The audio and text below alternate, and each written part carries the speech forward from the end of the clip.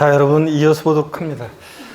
요약집 544페이지 보시면 양가로 5번에 1세대 1주택으로 오는 비과세 특례가 나오는데요. 이건 어떤 거냐면 주택이 두 채인데 그 중에 먼저 한다는 주택에 대해서 1세대 1주택 양도로 보아서 비과세 규정을 적용하는 특례입니다. 먼저 거주 이전을 목적으로 한 일시적 1세대 주택은요 어떤 내용인지 한번 보겠습니다. 자, 이거는 먼저 여기 설명을 한번 들어보세요, 여러분들. 이거 주거 이전을 목적으로 한 일시적 1세대 주택은 종전주택이 있어요. 종전주택이 있고, 이 종전주택 팔고, 다른 주택을 이제 이사 가려고 다른 주택을 취득합니다. 신주택을 취득했습니다. 그랬을 때, 여기에요. 종전주택 취득 후 1년 경과 후에 신주택을 취득했어야 됩니다. 신주택을 취득했어야 돼요. 자, 그래서 종전주택 취득 후 1년 경과된 후에 신주택을 취득하고요. 신주택을 취득하고 했어야 되고, 그 다음에 이 신주택 취득일로부터 종전주택을 몇 년 내에 원칙적으로 3년 내 원칙적으로 3년 내 양도를 하게 되면 어떤 주택을요? 종전주택을. 신주택 먼저 팔면 안 돼요. 자, 그러면 1세대 2주택이고 신주택이 아니라 종전주택을 양도했을 때 주택이 두 채지만 1세대 1주택 양도로 봐서 비과세 규정을 적용합니다. 완전히 비과세는 아니고 종전주택 2년 보유 요건, 또 조동상 지역 같으면 2년 거주 요건을 갖춰야지 비과세까지 받을 수 있는 거예요. 자, 1세대 1주택 양도로 보는 거고요. 자, 그러면 여기 이제 원칙적으로 3년 내인데 만약에 이번에 보세요. 종전주택이 조정대상 지역에 있어요. 만약에 자, 이쪽에 있구나. 자, 보시면 종전주택이 조정대상 지역에 있고 또 신주택도 조정상 지역에 있어요. 신주택도 조정상 지역에 있고, 자, 둘 다 조정상 지역에 있을 때 요때는 이 신주택 취득일부터 종전주택 몇 년 내요? 1년 내에 이제 이 종전주택을 양도해야 되고, 또 이 신주택으로 세대 전원이 신주택 취득 후 1년 내에 이사를 오고 또 그 다음에 주민등록 전입신고까지 돼야 돼요. 전입까지 돼야지만 비과세 받을 수 있습니다. 자, 그래서 만약에 둘 중에 하나라도 조정상적이 있지 않으면 몇 년 내요? 3년 내 양도하면 돼요. 둘 다 조정상적이 있을 때가 몇 년 내요? 1년 내 양도해야 되고, 또 신주택으로 세대 전원이 이사를 와가지고 여기 전입이 돼 있어야지 이 종전주택 양도했을 때 1세대 1주택 양도로 봐서 비과세 규정을 적용받을 수 있습니다, 여러분들. 이런 얘기고요. 자, 그 다음에 계속해서 봅니다. 그래서 종전주택 취득 후 1년 경과된 후에 신주택을 취득했어야 돼요. 주택 하나 샀는데 한 10개월 만에 또 다른 주택 샀을 때 그때는 적용받을 수 없습니다, 여러분들. 1년 경과된 후에 취득했어야 되고요. 자, 그래서 거기 거주 이전을 목적한 일시적 1세대 주택, 단주택 취득일로부터 일반적으로 3년 내, 정상적은 1년 내에 종전주택을 양도했어야 됩니다. 신주택 먼저 팔면 안 되고요. 그 다음에 거기 추가 표시, 꽃표시 보니까 표 아래에 종전주택이 조정상적에 있는 상태에서 조정대상적에 있는 신주택을 취득하는 경우에는 신주택 취득일부터 몇 년이요? 1년 내. 그 주택으로 세대 전에 이사를 오고 전입신고해야 되고, 그 다음에 신주택 취득일부터 종전주택 몇 년 내? 1년 내 양도해야 한다는 거. 이런 것도 밑줄이고요, 여러분들. 자, 이렇게 해서 하나 두고. 그 다음에 다시 표로 올라가면 노부모, 직계존속, 동거부양을 위한 1세대 주택입니다. 직계존속은 60세 이상의 직계존속을 말하고요. 그 다음에 양친 모두 60세 이상일 것을 요하지 않고, 직계존속 중에서 60세 미만의 자를 포함. 무슨 얘기냐? 법령이 이렇게 되어 있는데 한 사람이 60세 미만이어도 괜찮아요. 둘 중에 다 60세 이상인 것을 요하지 않고 한 사람만 60세 이상이면 되고, 그럴 때 세대 합친 날로부터 몇 년이요? 10년 내 먼저 양도하는 주택 1세대 양도로 봅니다. 그래서 이거 10년이라는 걸 주의하고요. 노부모 동거부양은 10년입니다. 그러니까 본인도 1세대 1주택을 구성하고 있고 부모님도 1세대 1주택을 구성하고 있을 때 세대 합쳤을 때 합친 날부터 10년 내요. 근데 혼인으로 인한 1세대 2주택이요. 남자가 장가오면서 집 한 채, 여자도 시집 오면서 집 한 채, 그래서 1세대 2주택이 됐을 때는 혼인한 날부터 몇 년 내? 5년 내 먼저 양도하는 주택 1세대 양도로 봅니다. 이건 아무거나 먼저 양도하는 주택이에요. 예. 꼭 부모주택 먼저 양도하고 뭐 그런 거 없습니다.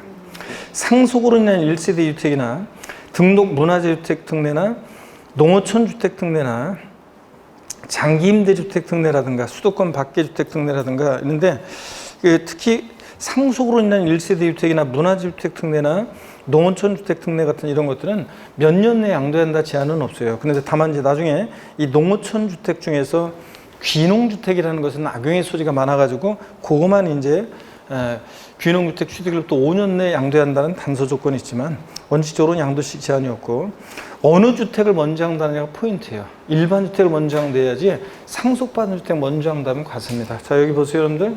어떤 얘기냐면 특히 상속으로 인한 1세대 주택을 좀 소개해드리면 일반 주택 하나가 있는데 이 일반 주택은 상속 개시 당시 소유했던 주택이어야 돼요. 상속 개시 당시 소유했어야지 주택을 먼저 상속을 받고 나중에 일반 주택을 취득하고 이건 안 돼요. 그러니까 주택을 상속받을 당시 이미 일반 주택이 있었는데 상속 개시 당시에 주택 하나를 상속받아서 1세대 2주택이 됐을 때요. 이때는 어느 주택을 먼저 양도하느냐가 포인트예요. 이 일반 주택을 이것을 먼저 양도할 때 1세대 1주택 양도로 보는 거지. 1세대 1주택 양도로 보는 거지. 만약에 이 상속받은 주택 이걸 먼저 양도하면 1세대 2주택 양도로서 과세합니다. 1세대 2주택 양도로 과세합니다, 여러분들. 아셨죠? 네, 그래서 상속으로 인한 1세대 2주택 이런 얘기고. 그 다음에 등록 문화재 주택, 농어촌 주택 특례 이런 것도 다 일반 주택을 먼저 양도해야 됩니다. 자, 그 다음에 여러분들 거기 보면 수도권 밖의 소지주택 특례라는 게 나오는데 이건 어떤 거냐면 이런 거예요. 자, 한번 봅니다. 수도권에 일반 주택이 있었어요. 일반 주택이 있었는데 자, 근데 취약이나 질병의 요양이나 근무상형편으로 지방에 내려갈 일이 있어요. 그럴 때 실수요 목적으로 내려가는 거니까 수도권 밖에 주택을 취득하라 그런 얘기입니다. 지방주택을 수도권 밖의 주택을 취득하게 되는데 이랬을 때는 이 일반 주택을 이것을 먼저 양도할 때 1세대 1주택 양도로 봐요. 이거 먼저 양도할 때 1세대 양도로 보는데 근데 다만 이것도 수도권 밖의 주택을 먼저 양도하면 과세입니다. 잘 보셔야 돼요, 나중에. 근데 일반 주택 먼저 양도해야 하는데 만약에 취약이나 질병, 근무상편 같은 부득이한 사유가 해소됐을 때는 사유 해소일로부터 자, 몇 년 내요? 3년 내요. 자, 3년 내 어느 주택을 먼저 양도해야 돼? 일반 주택을 먼저 양도해야 됩니다. 그런 거지. 이 수도권 밖의 주택을 먼저 양도하면 비과세가 아니라 이때는 1세대 2주택 양도가 돼요. 특이하게도 수도권 밖의 주택을 먼저 팔면 좋을 것 같지만 그렇지 않습니다. 그러면 악용의 소지가 생겨가지고 수도권 밖의 주택을 먼저 양도하는 게 아니라 일반 주택을 먼저 양도할 때 1세대 1주택 양도로 봅니다. 자, 그 얘기까지 제가 설명을 드렸고 그 다음에 거기 이제 자세한 얘기가 나오는데 544페이지 동그라미 1번 대체주택 취득에 따른 일시적 주택이요.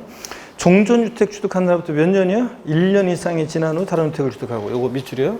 그러니까 주택 하나 샀는데 종전주택 있는데 또 다른 주택을 샀는데 뭐 10개월 만에 또 6개월 만에 주택을 산 건 안 돼요.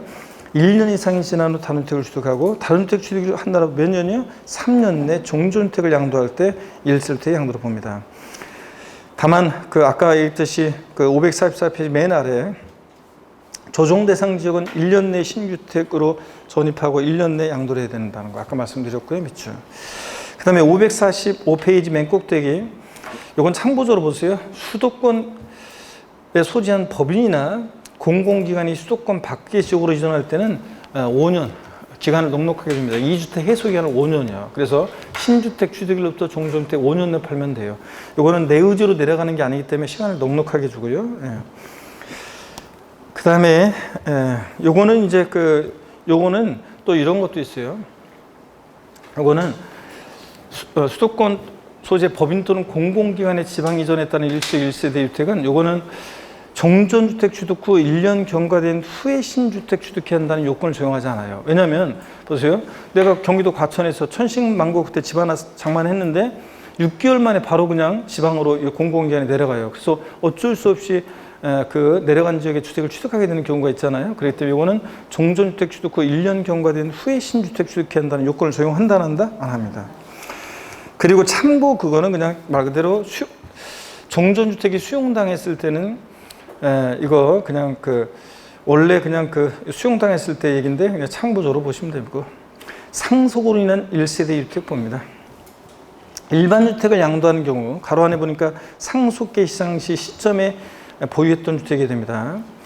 그리고 상속 개시 시 보유한 조합원 입주권이나 분양권이 있었는데 그게 사업시행 완료 후 취득한 신축 주택 또 괜찮고요. 그 다음에 상속 개시로부터 소급해서 2년 이내 피상속인으로부터 증여받은 주택이나 조합원 입주권은 제외한다. 무슨 얘기냐면 좀 깊은 내용인데 한번 들어보세요, 여러분들. 이 일반 주택이 있잖아요. 만약에 피상속인 돌아가시기 전 상속 개시 전 2년 내에 이 일반 주택을 피상속인으로부터 증여받았던 거면 여기 일반 주택으로 보지 않습니다. 왜냐하면 특례 적용하지 않는데, 그러면 부모님이 사기가 임박한다? 그러면 돌아가실 때가 됐다 그러면은 뭐 중병에 걸리셔서 뭐 돌아가실 것 같다 그러면 이제 미리 증여하는 것을 막기 위해서 참고적으로 알아둡니다. 이 일반 주택이요, 상속 개시 2년 내에 그 피상속인으로부터 증여받았던 주택이면 여기 특례 적용되는 일반 주택이 아닙니다, 여러분. 그런 것도 한번 참고적으로 알아두고. 자, 그 다음에 나머지 뭐 그 박스 안에 있는 상속 개시 시 2채 이상 주택을 소유한 경우 이런 것들은 실무적으로나 중요한 거지 시험에서 이런 것까지 물어볼 가능성이 낮으니까 넘어가고요. 농어촌 주택 특례라는 게 자세히 나오는데 이 자세한 요건 알 필요 없어요. 자, 어떤 거냐면 여기 보세요. 이건 그냥 취지만 알고 그냥 가시면 되는데, 예를 들어서 농어촌에 소지하는 주택이 있는데 농어촌 소재주택 특례인데요. 아까 우리가 봐서 농어촌에 소지하는 주택과 그 다음에 일반 주택이 있을 때 농어촌 주택 먼저 양도하면 안 돼요. 일반 주택 요것을 먼저 양도할 때 1세대 1주택 양도를 봅니다. 그런 거지. 만약에 농어촌 주택을 먼저 팔면 과세인데, 이 농어촌 주택이라는 게 이런 거예요. 농어촌에 소지하는 주택을 상속받았어요. 농어촌에 소지하는 주택을 상속받았을 때, 그래서 내가 도시에 일반 주택이 하나가 있고요. 자, 그랬을 때 얘기입니다. 이때 일반 주택 먼저 양도해야 되고요. 또 농어촌을 떠나려는 이농인이 5년 이상 농사 지으면서 거주했던 주택이 있습니다. 이 사람이 농어촌 떠나려고 도시에 일반 주택을 취득해서 1세대 2주택일 때, 너마저 농어촌 떠나면 우리 농어촌은 누가 지키냐? 넌 돌아와라. 그런 의미에서 이 일반 주택을 양도할 때 1세대 주택 양도를 봅니다. 5년 이상을 돌아가신 분이 거주했던 주택이 되고 5년 이상을 농사 지으면서 살고 있었던 주택이 있어야 됩니다. 그래서 이런 것들은 악용의 소지, 누군가 죽었어야 되고 원래 농사 짓고 있었어야 되고, 그러니까 악용의 소지가 적어서 별다른 요건이 없어요. 근데 이 귀농주택, 농어촌에 소지하는 귀농주택이 있습니다. 이거는 악용의 소지가 많기 때문에 굉장히 요건이 강화되어 있어요. 그래서 자세한 요건이 우리 교재에 나와 있는데 자세한 거 알 필요 없어요. 뭐 고가주택 아니어야 되고, 대지 면적 쭉쭉방 660제곱미터 이내에 되고, 또 농사지로 내려가는데 텃밭 일구면서 농사 짓는다고 하면 안 되니까 1000제곱미터 이상의 농지가 있어야 되고 막 여러 가지 요건이 있는데, 그 자세한 요건을 시험에서 물어볼 가능성은 낮습니다. 그냥 여러분들은 뭐만 알면 되냐면 농어촌에 소지하는 주택과 일반 주택이 있을 때 어느 주택을 먼저 양도해야 한다? 일반 주택을 먼저 양도할 때 1세 주택 양도를 본다. 얘네들은 양도 시기 제한이 없어요. 몇 년 내 양도해야 한다? 양도 시기 제한이 없는데요. 양도 시기 제한이 없는데, 근데 이 귀농주택 특례, 귀농주택은 양도 시기 제한이 있어요. 귀농주택 취득 후 5년 내, 귀농주택 취득 후 5년 이내에 자, 이 일반 주택을 양도해야 한다는 그 양도 시기 제한도 있긴 있어요. 자, 그렇지만 하여튼 참고적으로 요 정도 한번 그냥 보고 가시면 됩니다. 자, 그럼 됐고요. 545페이지 맨 하단에 동그라미 3번 농어촌 주택에 대한 특례 자세한 요건 줄긋고 외울 필요 전혀 없습니다. 그냥 참고고요. 넘어갑니다. 그 다음에 546페이지 동그라미 4번에 직계존속 동거부양을 위한 일시적 1세대 2주택 특례요. 1주택을 보유하고 1세를 구성하는 자가 1주택을 보유하고 있는 60세 이상의 직계존속, 배우자의 직계존속 포함, 장인어른 장모님 모시는 곳 살고 오는 것도 포함하고 직계존속 중 어느 한 사람이 60세 미만인 경우 포함, 양친 모두 60세 이상일 것을 요하지 않고요. 동고분양에서 세대 합쳤을 때는 자 거기 합친 날부터 몇 년이요? 10년 내 아무거나 먼저 항도한테 1세대 태양들어 봅니다. 밑줄이고요. 그 다음에 5번 혼인으로 인한 1세대 주택이요. 1주택을 보유하는 자가 1주택을 보유하는 자와 혼인함으로써 1세대가 2주택을 보유하는 경우, 남자가 장가하면서 집 한 채, 여자가 시집 오면서 기택하게 집 한 채, 이럴 때 합청으로서 1세대가 유택을 보유하게 된 경우에는 자, 1주택을 보유하는 자가 1주택을 보유하는 자 혼인함으로써 1세대가 2주택을 보유하게 된 경우, 또는 1주택을 보유하고 있는 60세 이상의 직계 존속을 동고분양하는 무주택자가, 무슨 얘기냐면 이 주택의 소유자는 60세 이상이고 그 직계 존속을 동고분양하는 무주택 어떤 여자가 있다고 쳐요. 1주택을 보유하는 남자와 혼인함으로써 역시 1세대 2주택을 보유해야 되는 경우, 자 이런 경우 등등에 있어서는 그 맨 끝에만 밑줄이시면 돼요. 혼인한 날도 몇 년이요? 5년 내 먼저 항도한테 1세대 양도로 봅니다. 제 친구 중에요. 오빠가 나랑 결혼하려면, 아무개 씨가 나랑 결혼하려면 난 혼자 된 엄마 두고는 시집 못 가니까 우리 집에 들어와서 우리 엄마 모시고 같이 살면 나 결혼하고 그렇지 않으면 안 해. 그래가지고 결혼한 제 친구 2명이 있는데, 한 명은 굉장히 그 가정적이고 그 장모님한테 잘했어요. 몇 년 전에 돌아가셨는데 굉장히 잘하고 그랬는데, 한 명은 주로 집 바깥으로 돕니다. 자, 그래서 어떻게 해요? 60세 이상의 직계존속을 동고분양하는 무주택자와 1주택을 소유하는 자 혼인함으로써 1세대 2주택이 된 것도 똑같아요. 이것도 혼인한 날부터 몇 년 내? 5년 내 먼저 항도한테 1세대 양 들어본다, 이런 거고. 그 다음에 6번이요. 5년 이상 장기 임대주택과 거주택을 소유 시 거주택 양도시 특례. 이건 뭐냐면 요거는 또 생략이 돼 있어가지고 좀 그런데, 어떤 거냐면 이런 겁니다. 여기 보세요, 여러분들. 장기 임대주택에 대한 특례인데, 거주주택이 있어요. 거주 중인 거주주택이 있고, 그 다음에 장기 임대주택이 있습니다. 장기 임대주택으로 등록한 장기 임대주택이 있고요. 자, 물론 이게 장기 가정 어린이집 주택일 때 똑같아요. 장기 가정 어린이집 주택일 때 똑같습니다. 가정 어린이집 주택일 때도 자 똑같습니다. 어린이집 주택일 때도 이 특례 구조가 비슷한데요. 얘는 거주주택을 먼저 양도할 때 당연히 1세대 1주택 양도로 봅니다. 그런 거지. 이 장기 임대주택 같은 거 먼저 양도하면 과세요. 그러면 이거 먼저 양도하면 1세대 1주택 양도로 보는데, 다만 비과세까지 받으려면 특이하게도 있잖아요. 1세대 1주택 양도로 보는 거지, 비과세까지 받으려면 얘 2년 보유 당연히 요건 갖춰야 되면서, 그 보유기간 중에 2년 거주 요건도 갖춰야 돼. 그러니까 2년 보유하고 2년 거주로 4년이 아니라 2년 보유 요건도 갖춰야 되면서 보유기간 중에 2년 거주도 해야 돼요. 그러니까 이건 조정 대상 지역과 관계없이 장기 임대주택 특례는 이 거주주택은 몇 년 이상 거주해야 돼? 2년 이상 거주해야 돼요. 뭐 이런 건데 한번 보시면 되겠습니다. 그래서 거기 동그라미 6번이요. 기억번 거주기간 가로는 신경 쓰지 마세요. 가로 내용은 이 임대주택 여러 채일 때 얘기인데 신경 쓰지 마시고, 거주기간 몇 년? 2년 이상일 거 밑줄. 그 다음에 니은번 양도인제 장기 임대주택을 소득세법 중에 따른 사업자 등록을 하고 민간임대주택 특별법에 따라서 등록하여 임대하고 있어야 되고, 저거. 그래서 뭐 여기 연 임대료 증가율이 5% 초과하면 안 되고 막 그런 얘기들이 나와요. 자세한 것은 원래 동그라미 7번 또 가볍게 한번 볼게요. 실수요 목적으로 취득한 지방주택에 대한 특례입니다. 취약이나 근무상형편, 질병요양, 그 밖에 불리한 사유로 취득한 수도권 밖의 수자주택과 그 밖의 일반주택을 국내에 각각 1개 수요하는 1세대가 취약이나 질병, 근무상형편 같은 부득이한 사유가 해소됐을 때는 미수리가 사유 해소로 된 날 몇 년이요? 3년 내.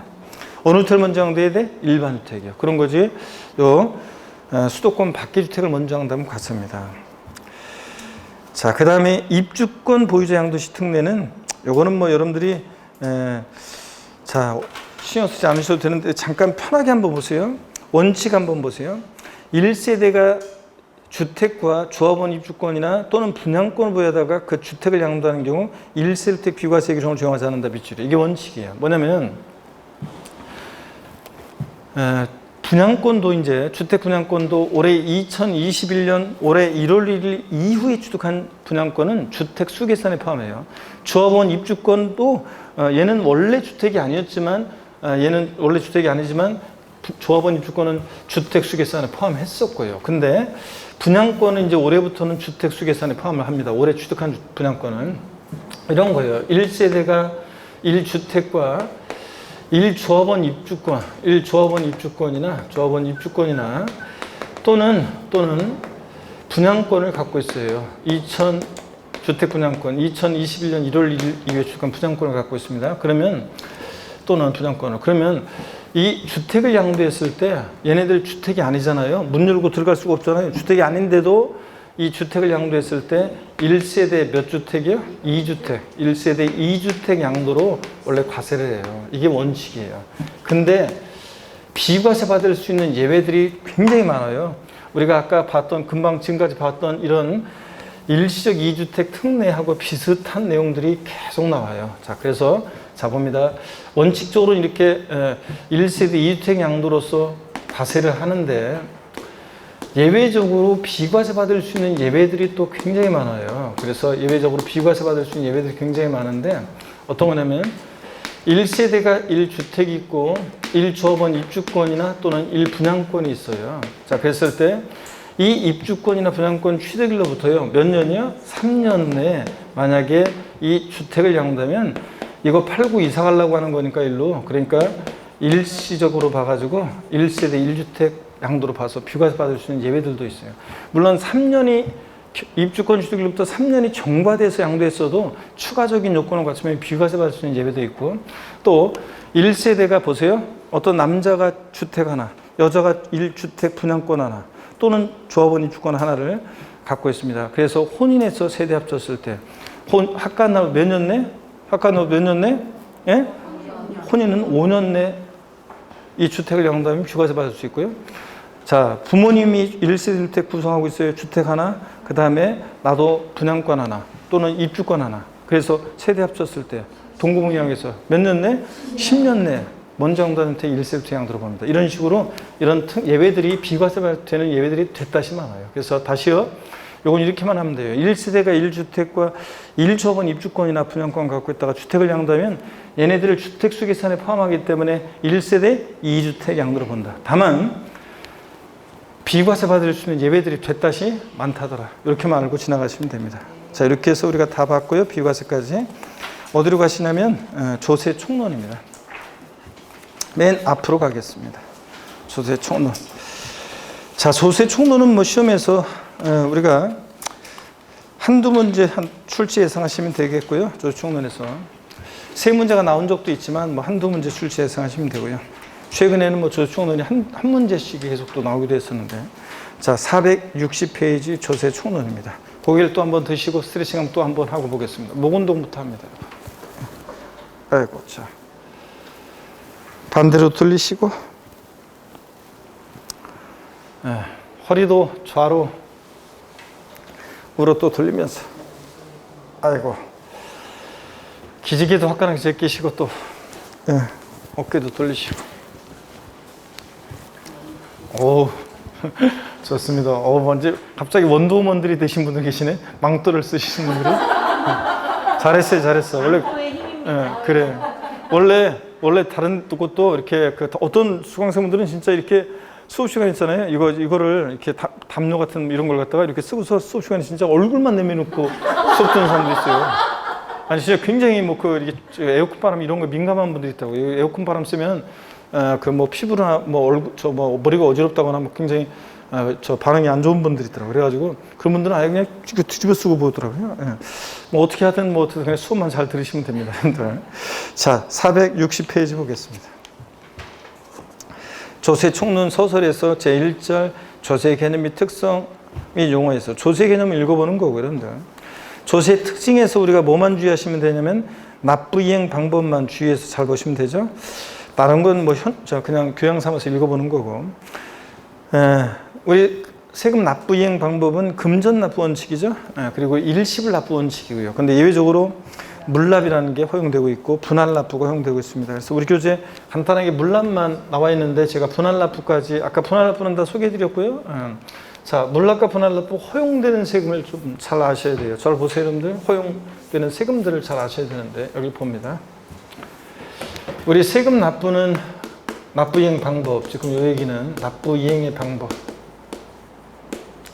어떻게 세금 납부를 이행할 것이냐 보시면 원칙적으로 세금 납부는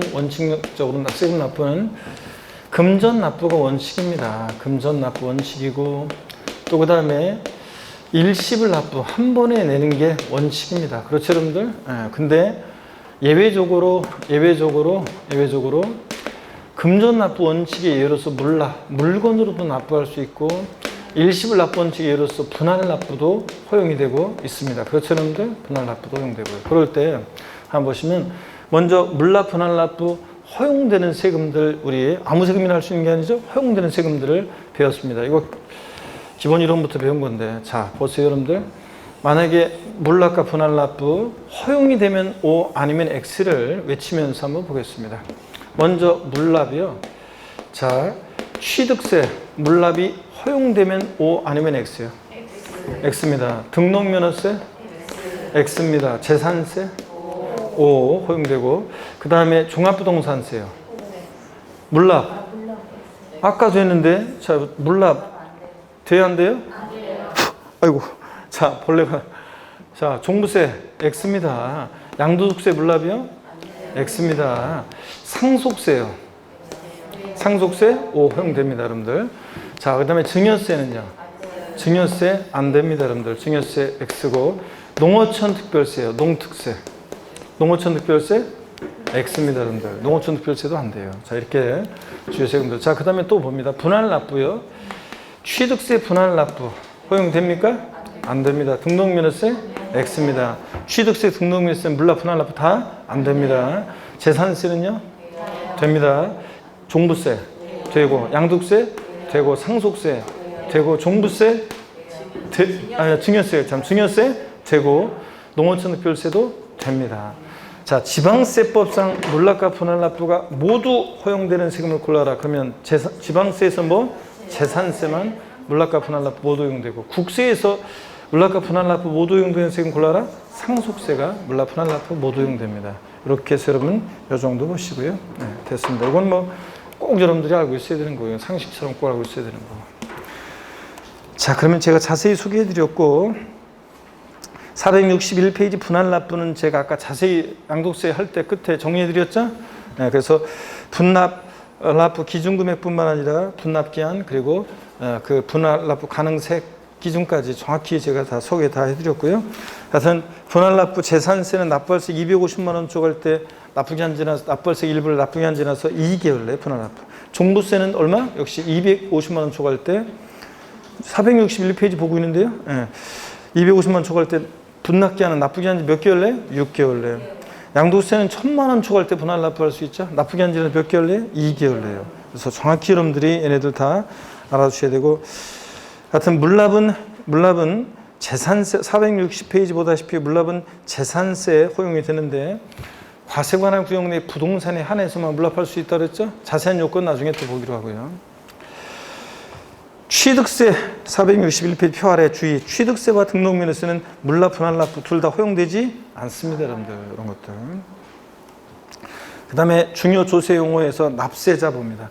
세금을 납부하는 납세자에는요, 납부할 의무가 있어서 납부하는 납세의무자와 납세의무자는 아닌데 징수 의무가 있는 징수 의무자로 이렇게 나눠져요. 자, 그랬을 때 납세의무자에는 본래 각 세목별로 납세의무자뿐만 아니라 연대 납세의무자, 제2차 납세의무자, 보증인을 이제 포함하거든요.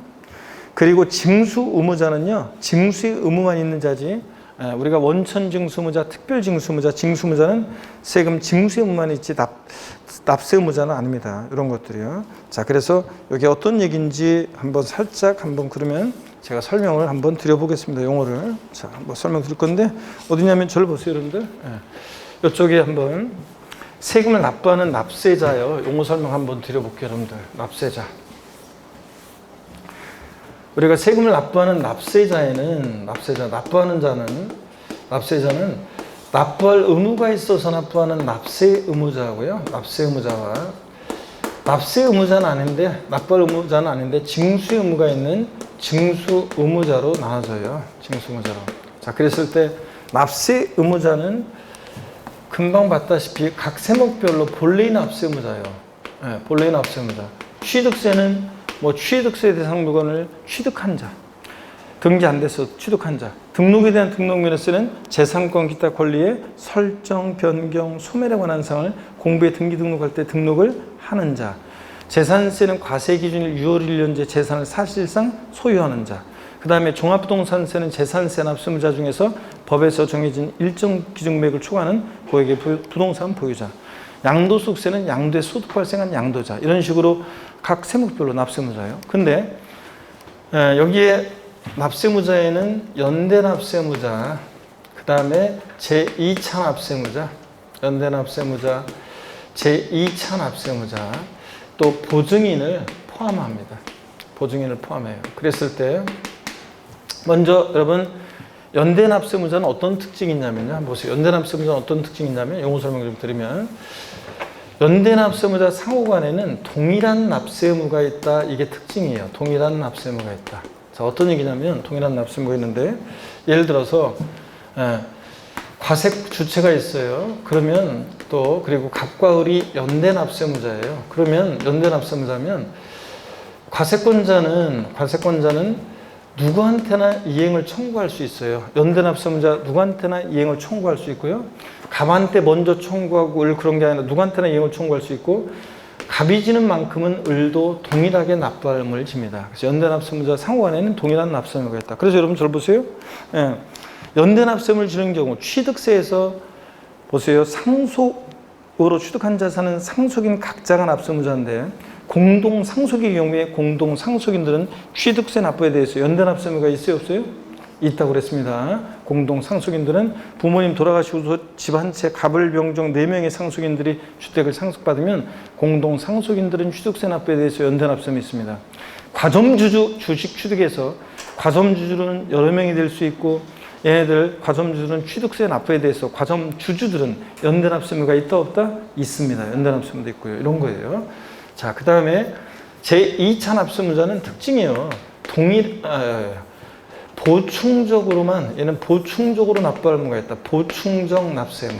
보충적으로 납부할 의무가 있다. 그래서 이게 특징인데 어떤 얘기냐면 사업 양도 같은 경우에요. 갑이라는 사람이 을한테 사업을 양도해요. 그러면 사업 양도의 경우에 갑 사업 양도인이 당의 사업 양도와 관련한 주된 본래 납세 의무자예요. 본래 주된 납세 의무자예요.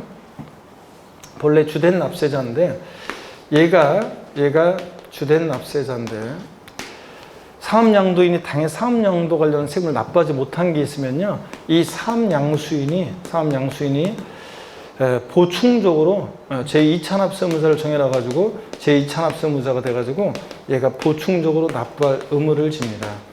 자, 무슨 얘기냐면 사업양도 관련한 세금에 대해서 있죠. 과세권자는요, 바로 사업양도인을 제껴놓고 있죠. 사업양수인한테 와가지고 야, 네가 세금 내 이렇게 할 수 있다 없다? 없습니다. 연대납세의무는 누구한테나 이행을 청구할 수 있지만 사업양도의 경우 같은 이런 제2차 납세의무를 지는 경우에는 쟤한테 세금을 당연히 청구해야 되고 사업양도인이 납부하지 못한 부분에 대해서만 사업양수인은 보충적으로 납부할 의무를 집니다. 그래서 왜 정해놨냐고요? 이제 좀 이따 보면 알겠지만 어떤 일정한 경우에는 제2차 납세 의무자를 정해놨어요. 그래서 얘가 못 낼 때를 대비해서 딱 요걸 세금을 얘가 내도록. 그래서 사업양도 관련해서는 사업양도인이 주된 납세자인데 이 사업양도 관련 세금을 얘가 못 내면 사업양수인으로 하여금 책임을 지도록 하는 그런 경우가 있을 때 제2차 납세 의무자는 보충적으로만 납부할 의무가 있습니다. 보증인은 주된 조세채무자의 신고까지 보증하는 것은 아니고 납부만 보증해요. 그래서 우리가 흔히 납세 보증인 이렇게 얘기합니다. 보증인은 납세 보증인 이렇게 얘기합니다. 왜냐하면 납부만 보증한 자라. 자, 이렇게요. 자, 그 다음에 또 용어 설명 한번 드려볼까요? 징수의무자는 특별징수의무자, 특별징수의무자, 원천징수의무자 등을 말하는데 원천징수의무자 등을 말해요. 그럴 때 여러분 한번 보세요. 이거 어떤 거냐면 이런 겁니다. 우리가 근로소득세 있잖아요. 근로소득세 보시면 자, 근로소득세는 이 근소세는 납세무자는 누구냐면 납세무자는 누구예요? 근로자겠죠? 네, 그렇습니다. 근로자인데 월급 받을 때 보면 애초에 누가 세금 떼고 주죠? 징수 의무가 있는 자에게 징수 편의가 있는 자에게 징수를 부여했는데 사업주예요. 사업주가 애초에 세금을 징수의 편의가 있는 사업주가 세금을 징수해서 납부하잖아요, 세무서에. 그럴 때 국세에서 이렇게 소득세 같은 국세에서 징수의 편의가 있는 자가 세금을 징수해 납부하는 방식을 원천징수. 상업주는 근소세만 떼는 게 아니라 소득세 납세무자가 같이 내는 이 지방소득세도 같이 떼서 냅니다. 그러면 지방세에서 징수의 편의가 있는 자가 세금을 징수해 납부하는 방식이 뭐라고 해요? 특별징수. 국세에서는 똑같은 얘기를 뭐라고 한다? 원천징수. 요겁니다. 자, 그럴 때 잠깐만요. 그럴 때 이 징수 의무자는 징수의 의무만 있는 거지 납세무자는 아닙니다, 여러분. 납세무는 없어요. 여기 징수 의무자는 징수의 의무만 있는 거지 납세 의무자는 아닙니다. 납세무는 없고요. 그러다 보니까 이 납세 의무자에 연대 납세 의무자, 제2차 납세 의무자, 보증인을 포함하는데 징수 의무자를 포함해요, 포함하잖아요? 징수 의무자는 포함하지 않습니다. 구별됩니다. 세금 납부하는 납세자에 그래서 납세무자와 징수무자는 나눠지고 이해되십니까, 여러분? 대충 이렇게 말뜻 하시면 되고 거기 팁에서 제2차 납세 의무자의 유형을 한번 볼게요. 이것도 편하게 보세요. 461페이지. 주된 납세자는 해산하는 법인인데 해산하는 법인이 세금을 못 낼 때를 대비해서요 제2차 납세 의무자를 정해놨어요. 누구냐면 여기 지금 잘려 있어가지고 누구냐면 내려갑니다. 462 제2차 납세 의무자는 해산하는 법인이 주된 납세자일 때 그 해산하는 법인이 세금 못 낼 때를 대비해서요 그 제2차 납세 의무자로 정해지는 자가 있어요. 청산인, 해산한 법인의 청산인이나 자녀재산을 분배 인도받은 자가 책임을 지도록 합니다. 아유, 그렇잖아 보세요. 그럼 법인이 세금 낼 거 엄청 많은데 법인 해산해버리면 그거로 끝 이러면 안 되잖아요. 그래서 해산한 법인이 세금을 못 낼 때를 대비해서 그 해산한 법인의 청산이나 자녀재산을 분배 인도받은 자가 제2차 납세 의무자로서 책임을 지도록 하고요. 참고적으로 그래서 그렇게 한번 보시고요. 한도 이렇게 한번 보시고 그 다음에 다시 앞으로 가서 보시면 비상장 법인이 있는데 그 비상장 법인이 만약에 주된 납세자인데 세금을 못 내잖아요. 그럴 때는 그 비상장 법인의 무한책임사원이나 특정한 과점주주가 제2차 납세 의무자로서 책임을 지도록 하고 있습니다. 자, 그래서 그렇게 하고 또 그 다음에 법인의 앞으로 가서 보시면 이제 법인의 무한책임사원이나 과점주가 세금을 못 내면 그 법인이 또 2차 납세 의무자로서 책임을 지도록 하고 사업양도의 경우는 사업양도인이 주된 납세자인데 세금을 못 내면 사업양수인이 제2차 납세 의무자로서 책임을 지게 하고 있죠. 야, 그 보니까 세금 떼먹힐까봐 국가에서 그냥 아주 그죠? 세금 떼먹힐까봐 그냥 다 촘촘하게 이렇게 만들어놨죠. 얘가 안 내면 얘 이런 식으로 자 이렇게 다 해놨다는 거 참고적으로 보시고요. 거기 표 아래에 별표시 2개, 꽃표시 2개를 보니까 특정한 과점주주가 제2차 납세 의무자가 될 때 그 과점주주는 주주 또는 유한책임사 한 명과 그와 특수관계인 중 일정한 자로서 그들의 소유주의식 합계 또는 출자액계가 해당 법인의 밑줄에 발행시총수의 몇 프로? 50%를 초과하면서 그에 관한 권리를 실질적으로 행사한 자들 말합니다. 딱 100분의 50인 주주는 과점주가 아니에요. 자, 그래서 시험 문제에서 딱 한 번 2차 납세 의무자 이 부분에서는 딱 한 번 나온 게 다음 중 제2차 납세 의무를 지지 않는 경우는 그래가지고 그때 정답이 전체 주식 출자 총액의 100분의 50을 보유하는 주주요. 100분의 50을 보유하는 주주면 과점주 아니죠? 그러니까 이 제2차 납세 의무자가 되지 않잖아요. 이런 겁니다. 그래서 과점주로 그러면 제2차 납세 의무자로서의 과점주는 50% 초과 보유하는 주주를 말합니다. 그 다음에 양가로 2번 이런 분류는 필요 없어요, 전혀. 과세표준에 대한 이런 것도 종가세, 종량세도 기초과정에서 용어 배우는 걸 때 보는 거고 직접적으로 시험과는 관계없고 참고적으로 보는 거고 양가로 3번 세율에서 거기 종합부동산세 비례수 적용되지 않냐면 돼 있잖아요. 요거 지웁니다. 올해 개정이 돼가지고 종부세도 이제 비례세로 적용돼요. 종합부동산세도. 그래서 이거 삭제합니다. 종합부동산세 법인이 주택을 보유할 때 2주택 이하는 3%, 조정상지역 내 2주택이거나 3주택 이상일 때는 6% 이렇게 비례세로 적용되는 경우가 있어요. 자, 그렇기 때문에 올해 개정이 돼서 그 종합부동산세는 비례세로 적용되는 경우 없다 지워버립니다. 그리고 세목별로 세율 구조를 한번 보면 이렇습니다. 여러분 보세요. 세목별 세율 구조를 한번 볼게요. 어떤 얘기냐면 이런 얘기입니다. 여기 봅니다. 세목별 세율 구조. 얘가 비례세율 대상이냐 누진세율 대상이냐는 건데, 자, 우리 보세요. 과표 크기와 상관없이 세율이 일정한 게 비례세입니다. 과표가 커지면서 세율이 높아지는 게 뭐예요? 누진세율이고요. 그래서 취득세, 등록면허세, 재산세, 종부세, 양도소득세. 우리가 이렇게 공부하는 순서가 이렇잖아요. 부동산 취득시, 보유시, 양도시. 이렇게 해서 취득부 양도 단계로 얘네들 공부 순서는 이렇게 공부했잖아요. 그럴 때 세목별 세율 구조 보면 취득세, 등록면허세는 둘 다 비례세예요. 그 다음에 재산세는 비례세율과 누진세율이 다 적용돼요. 종부세도 올해 개정이 돼서 비례세율과 누진세율 다 적용돼요. 누진세율 구조만 돼 있다가 개정이 됐어요. 양도소득세, 비례세율, 누진세율 둘 다 합니다. 그래서 세목별 세율 구조요. 세목별 세율 구조. 얘가 비례세율 대상이냐, 누진세율 대상이냐. 세목별 세율 구조. 만약에 취득세 문제에서 과세 표준 금액이 커짐에 따라 세율이 증가한다 이런 표현 나오면 틀려요. 얘는 과표 크기와 상관없이 세율이 일정한 비례세율이에요. 자, 그러면 이걸 어떻게 보냐면 비누입니다. 세목별 세율 구조. 이런 순서로 공부하는 거잖아요. 자, 세목별 세율 구조 어떻게 한번 하고 가볍게 하고 지나가면 되냐면 비누입니다. 취득세, 등록면허세는 둘 다 비례세율이죠. 비누. 자, 다 같이 에브리바디 한 번만 하고 지나가면 돼요. 별건 아니에요. 시작. 비누. 이렇게 해서 세목별 세율 구조 딱 하고 지나가시면 되고, 그 다음에 양가로 5번 뭐 이런 거 일정 세율, 표준 세율. 우리 시험에 관계된 주요 부동산 세금들은 통상적으로 적용되는 표준 세율이 적용되고 지자체장이 가감 조정할 수 있는데, 전부 다 미리 말씀드리면 취득세나 등록면허세, 부동산기, 재산세, 지역자본시설세, 지방교육세 등 주요 지방세 세금들은 다 표준 세율의 50% 범위에서 가감 조정해요. 나중에 또 보고 나머지 내용들은 볼장 참고입니다. 그리고 양가로 6번 볼게요. 면세점입니다. 이건 꼭 알고 있어야죠. 과세 표준 금액이 일정 금액 이하일 때 과세하지 않는 것을 말하는데, 취득세가 면세점 적용되는 대표적인 세금입니다. 취득가격 얼마요? 50만 원 이하일 때 취득세 부과하지 않습니다. 50만 원 이하일 때. 그럼 딱 50만 원이면 과세해야 하나요?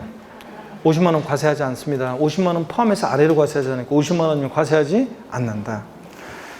그 다음에 면세점에서 사실은요, 면세점에서 그냥 요거만 한번 알아두세요. 면세점에서 보세요. 면세점에서 원래 또 적용되는 면세점 적용되는 세금들이 더 있어요. 주민세가 지방세에서 사업소분 주민세는 시군군에 사업소를 둔 자한테 사업소 연면적에 따라 부과하는 주민세인데, 사업소분 주민세 사업소 연면적 330 원래 3.3제곱미터가 한 평이니까 약 100평 이하 있죠? 330제곱미터 이하는 과세하지 않습니다. 이하 과세하지 않고요. 그 다음에 주민세에서 개인분 주민세는 종업원분인데 개인분은 여기 없고요. 종업원분 주민세는 시군군의 사업소 둔자한테 종업원에게 지급하는 급여에 대해서 부과되는 건데, 종업원에게 지급하는 급여 월평균 금액이 1억 5천만 원, 월평균 금액이 1억 5천만 원 이하일 때 과세하지 않습니다. 자, 그러니까 여러분 그냥 중요한 거 아니고요. 그냥 혹시 모르니까 알아두면 돼. 사업소분 주민세. 자, 면세점에서 면적 나왔다. 몇 제곱미터? 330제곱미터. 그 다음에 면세점에서 금액 나왔다. 얼마? 1억 5천만 원. 자, 요거 기억하고, 취득세는 취득 가격 얼마? 50만 원 이하 부과하지 않고요. 자, 이렇게 한번 봐놓고 눈여겨 봐놓고, 그 다음에 소액 징수 면제입니다.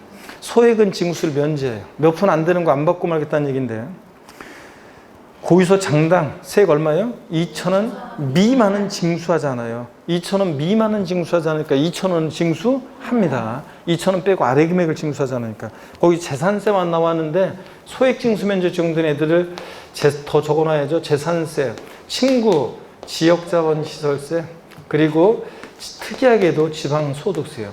지방소득세는 신고 납부하는 세금인데 특이하게도 지자체장이 직권으로 부과하고자 하는 경우가 있어요. 그럴 때 재산세, 지역자원시설세, 지방소득세는 소액징수 면제에 적용됩니다. 얘네들.